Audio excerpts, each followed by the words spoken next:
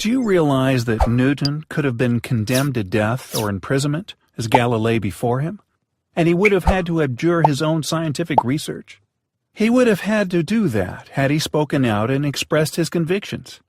At the time, this was considered a crime liable to capital punishment. Newton believed that the concept of the Trinity is insupportable. He had to face problems because of his belief. When Newton joined Trinity College at the University of Cambridge, he was required to take orders and be ordained as a priest. But he continued to put this off indefinitely.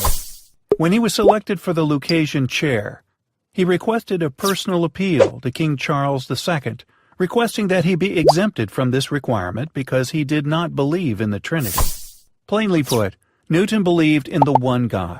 Amazingly, his concept of God and Jesus was close to the Islamic concept. His biographer, Richard Westphal, writes, Newton recognized Christ as a divine mediator between God and man who was subordinate to the Father who created him.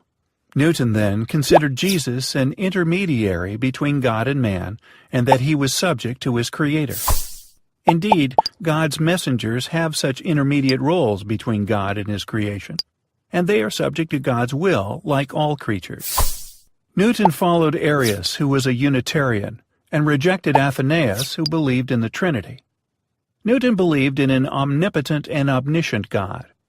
Newton says in his 12 Articles on Religion, published around 1710, "This most beautiful system of the sun, planets, and comets could only proceed from the counsel and dominion of an intelligent and powerful being.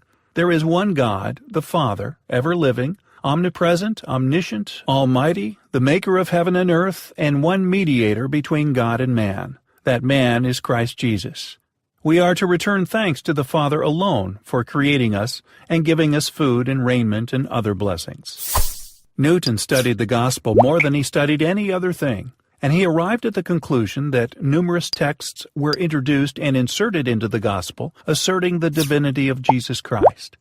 These texts were not part of the gospel before.